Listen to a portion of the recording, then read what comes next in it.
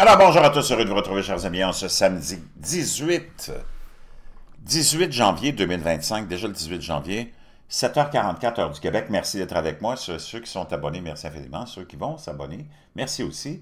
Merci à ceux qui m'envoient des liens, des messages toujours pertinents, intelligents et très appréciés.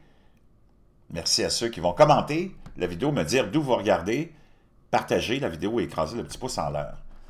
Moi, je aucune cachette à faire. J'ai pas de problème à avouer que j'ai la foi. Dans un monde, surtout en Occident, un monde qu'on a aseptisé de la religion, de la foi, plus de la foi que de la religion. La religion, c'est surtout, moi j'ai un problème avec ça, les religions organisées, ça te le dit, c'est organisé pour te contrôler.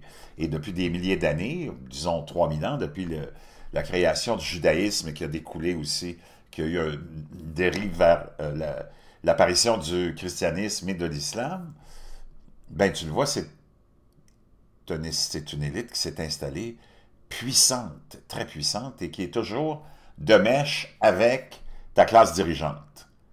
D'ailleurs, même aujourd'hui, ça ne change pas. Si tu regardes le Vatican avec François, très politisé, complètement toujours à gauche, parce que c'est un communiste, toujours en train de promouvoir l'urgence climatique, mais ça vit dans l'opulence, la richesse, la quantité, puis c'est pas le fait qu'il vive lui-même dans la richesse, c'est la quantité de propriétés que l'Église catholique a. D'ailleurs, l'Empire romain n'est jamais tombé. Il règne plus que jamais avec l'Église catholique, qui est partout, qui gère tout, puis qui gère toutes nos vies. Donc, ceci étant dit, moi, j'ai aucun problème, moi, j'ai la foi profonde. Ma foi, naturellement, a toujours été associée plus et est venue du concept de Jésus. Est-ce qu'il a existé ou pas? Pour moi, ça ne me dérange pas vraiment. Ça ne change rien dans ma foi. La foi, c'est inébranlable. La foi dans la grandeur, la beauté, dans toi-même, dans l'humain, dans la foi, c'est la foi. Et la foi, c'est essentiel. Si tu n'as pas la foi, tu vas être envahi par vraiment des tourments constants. Puis même en ayant la foi, tu es toujours confronté à ça. Avoir des tourments, puis des tentations. Et tu es toujours l'être humain dû à son essence divine, hein, et à notre âme, notre pensée, notre cerveau, notre conscience, fait en sorte qu'on est confronté toute la journée à prendre des décisions et on est confronté à lutter contre cette espèce d'autre entité, celle de la lumière contre la noirceur, du mal contre le bien. Puis que tu le veuilles ou non, que tu sois croyant ou non, que tu aies la foi ou non, tu es confronté à ça. OK? On voit les sociétés qui sont faites supposément laïcisées, comme la France, le Canada, ce qui est complètement une exagération, mais surtout un mensonge. On a sorti la foi de l'être humain qui habite ce pays-là, l'être humain qui est là de naissance, qu'on appelle le natif, là, parce qu'on a voulu le remplacer, hein, ce système de foi, par le culte qui nous gouverne, par la classe dirigeante, qui s'est un peu présenté comme l'alternative à la divinité. Tu comprends? Ils se sont un peu autoproclamés Dieu eux-mêmes. Et tu as vu le résultat, déchéance totale. Regarde nos rues, regarde nos jeunes. C'est un génocide qui se déroule devant nos yeux. La perversion, regarde tout le culte que...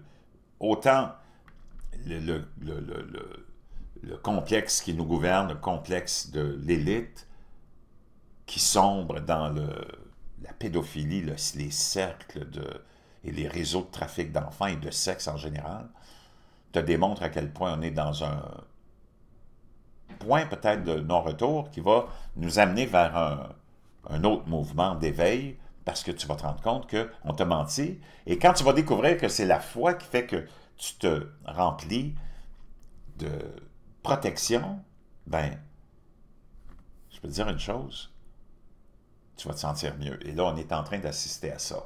Maintenant, pourquoi je vous parle de ça? Jordan Peterson, je ne sais pas si vous le connaissez, c'est quelqu'un que j'ai découvert il y a peut-être quelques mois, parce qu'il est décédé, Jordan Peterson. Je vais aller vous voir si je peux vous trouver quelque chose sur lui. Je pense que c'est Jordan Peterson, bougez pas. Ben, Jordan Peterson, quelqu'un que j'aime aussi beaucoup, notre enseignant canadien, mais c'était plutôt de Jordan Maxwell dont je voulais vous parler, Jordan Maxwell, qui est l'homme qu'on voit ici, mais qui est décédé maintenant.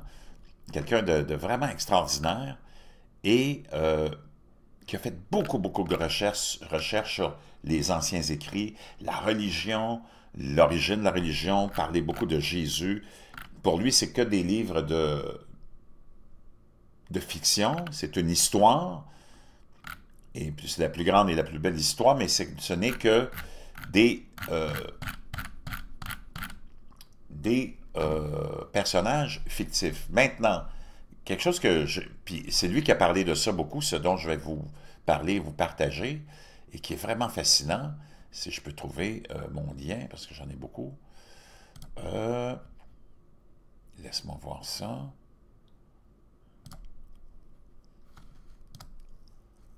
J'ai perdu mon lien, mais je vais le retrouver. Bouge pas. Et j'ai écouté des heures et je suis fasciné par cet homme-là. Et il nous parle du fait que, avant l'apparition du christianisme à Rome, étonnamment, hein, donc l'Empire romain n'est jamais tombé, il y avait une religion qui était pratiquée à Rome, qui s'appelait le Mithra, et qui est une copie conforme de l'histoire chrétienne et de Jésus.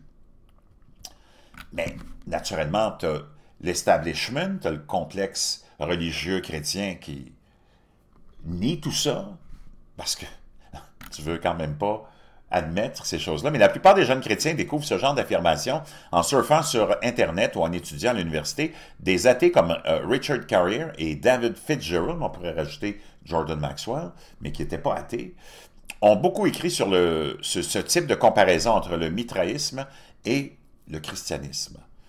Mais s'il existe un certain nombre de mythologies pré-chrétiennes avec des sauveurs mourants, aucune ne ressemble de manière significative à Jésus, y compris les religions à mystère mitraïque de Perse et de Rome.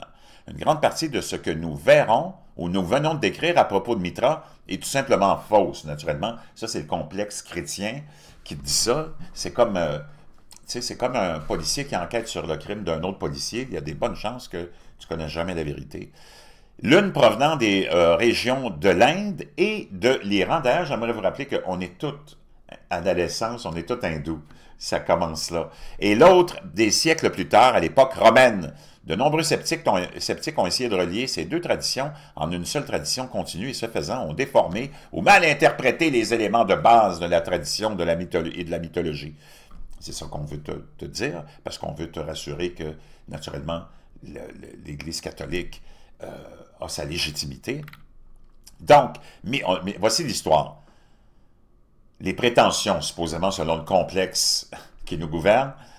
Mithra est né d'une vierge le 25 décembre dans une grotte accompagnée de bergers. Et là, ils disent la vérité. Mithra est en fait né d'un rocher solide laissant un trou dans le flanc d'une montagne, vraisemblablement décrite comme une grotte. Il n'a pas blablabla. Non, je vais vous laisser le lien, vous irez lire ça, mais moi, je vais vous lire ce qui vraiment nous concerne et qui ressemble étrangement, parce que, oublie le fait qu'on essaie de débunker ça.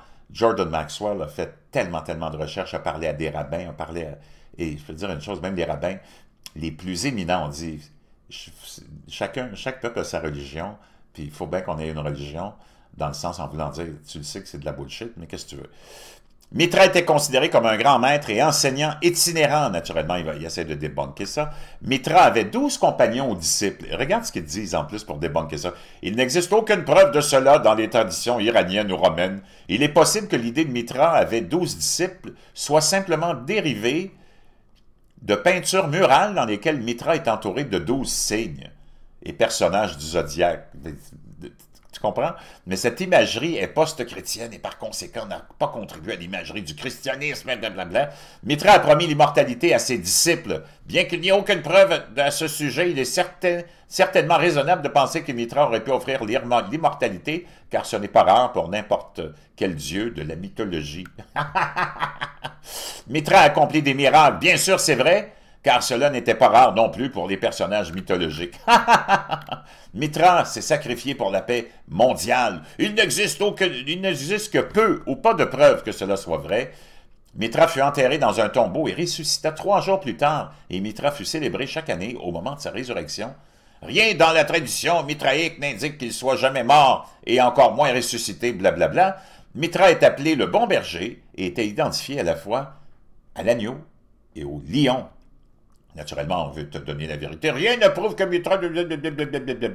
Affirmation. Mitra est considéré comme la voie, la vérité et la lumière, le logo, le rédempteur, le sauveur et le messie. D'après les documents, la vérité, hein, d'après les documents historiques connus et documentés des traditions mitraïques, aucun de ces termes n'a jamais été appliqué à Mitra, à l'exception de médiateur, blablabla, et blablabla. Allégation, les croyants mitraïques célèbrent le dimanche comme le jour sacré de Mitra, également connu sous le nom de jour du Seigneur.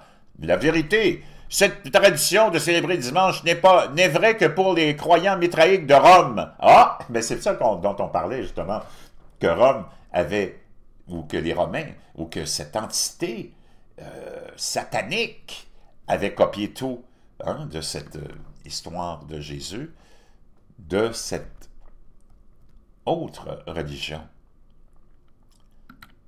Les croyants mitraïques célébraient une Eucharistie ou Sainte Seine, Sainte Seine. Les disciples de Mitra ne célébraient pas l'Eucharistie, mais ils célébraient régulièrement un repas de communion. Wow, je peux dire une chose. Wow. En fin de compte, les similitudes entre Jésus et ses persécuteurs mythologiques ne suffisent pas à invalider l'historicité de Jésus. La véracité historique de Jésus est déterminée à partir des preuves qui soutiennent la fiabilité des récits, des témoins oculaires.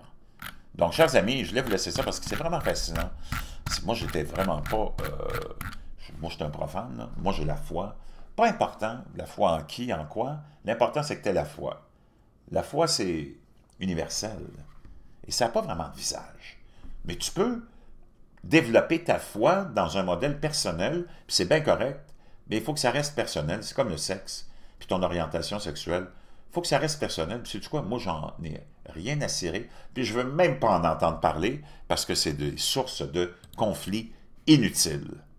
Puis c'est d'ailleurs le but de ces dirigeants puis du complexe qui nous gouverne, de rendre toute une histoire de conflit pour que nous, on soit toujours divisés pendant qu'eux règnent.